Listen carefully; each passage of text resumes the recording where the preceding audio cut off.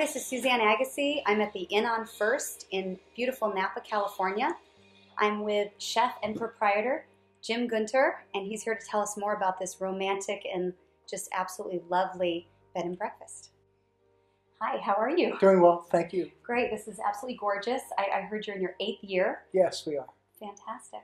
And one thing that is very memorable about your particular bed and breakfast, many people serve breakfasts that are delicious, and they might serve a few of the favorites over and over again, but I've heard that you never serve the same guest the same dish twice, ever. That is correct. Unless there's a request. That is so correct. You have hundreds of recipes. 135 right now. Wow. Striving to make 250 is my goal before I sure retire, so I'm going to get there one way or the other. Wonderful. So I hear you have s'mores French toast. Yes. With, I make a graham cracker bread and a chocolate marshmallow or chocolate maple syrup that goes with the homemade marshmallow Oh fluff. my gosh. So you just have all these crowd pleaser recipes, and I'm sure you have so many guests that come back again and again, but for special occasions and just all year round, you're booked. Yes, we're Yes. very fortunate.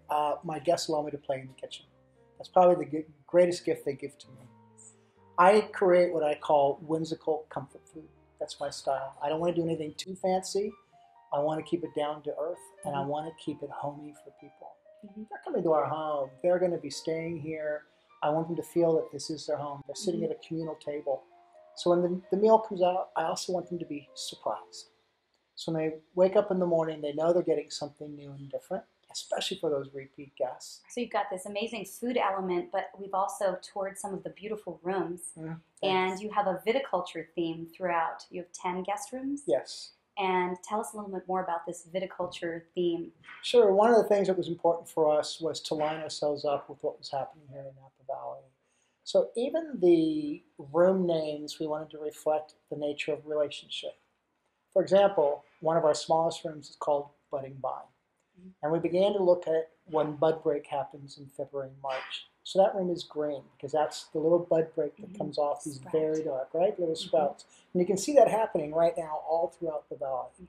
So the room is painted in green tones, but Budding Vine was also to reflect the beginning nature of a relationship. It's bud break for the relationship. People who are new in relationship oftentimes can't afford, right? Yeah. They can't afford the bigger rooms, so they start with the smaller rooms. You start squeezing out, getting into the depths as you get deeper into relationship. That continues kind of gradated all the way through until you hit one of our largest rooms, Vintage Reserve. That room, when I came up with the name, was to really reflect the sense of people who've been together a long time.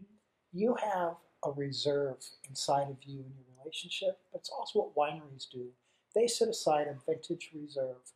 When they put down that's a 99 black label from this vineyard, that means it's really special. That room had to be really special. That's one of the things that's important for us here. This is not just about gathering people for the food. We really believe this is a communal table. We believe it's about community. Community means conversation. Conversation means relationship. One of the things that we strive for is to build that relationship with people. When repeat guests come back, we say, welcome home. Because they're now part of our family. But some important things I want guests to know. We don't have televisions in the room. We remove them all.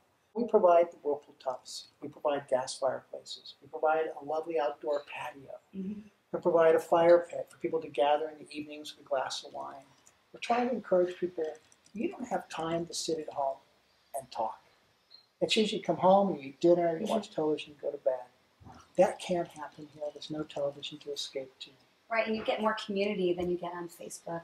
Absolutely. And you're with real people, meeting real people, and enjoying an actual intimate interaction. Yes, and the gift is, can you get conversations started and then let the couples go?